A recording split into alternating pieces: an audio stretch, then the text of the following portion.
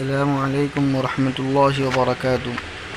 محترم ناظرین اکرام، ہماری آج کی گفتگو کا موضوع ہے دعائے قنوت، جس کا پڑھنا نماز میں واجب ہے۔ فطر کی 3 رکعات میں، فطر کی آخر رکعت میں یہ دعائے قنوت پڑھی جاتی ہے، اس لیے اس کو یاد کرنا، اس کو سمجھنا بہت ضروری ہے۔ اور دعائے قنوت کیا ہے؟ بسم اللہ الرحمن الرحیم۔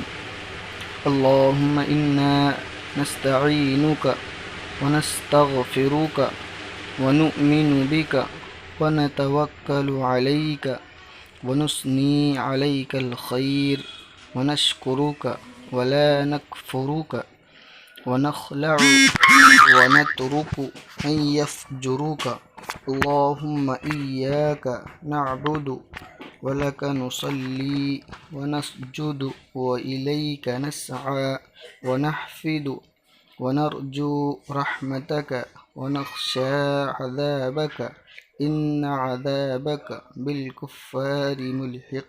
ترجمہ: اے اللہ، ہم تجھ سے مدد طلب کرتے ہیں، تجھ سے مدد چاہتے ہیں، اور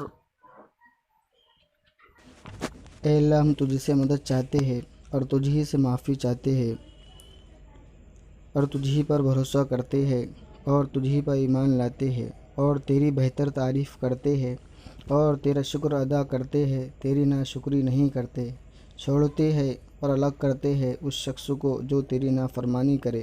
اللہم ایاک نعبد، اے اللہ ہم تیری عبادت کرتے ہیں اور تیری ہی لیے نماز پڑھتے ہیں اور سجدہ کرتے ہیں اور تیری طرف دوڑتے ہیں اور تیری لیے خدمت کے لیے حاضر ہوتے ہیں اور تیری رحمت کے امیدوار ہیں، اور ہم تیرے عذاب سے ڈرتے ہیں، بے شک تیرا عذاب کافروں کو ملنے والا ہے۔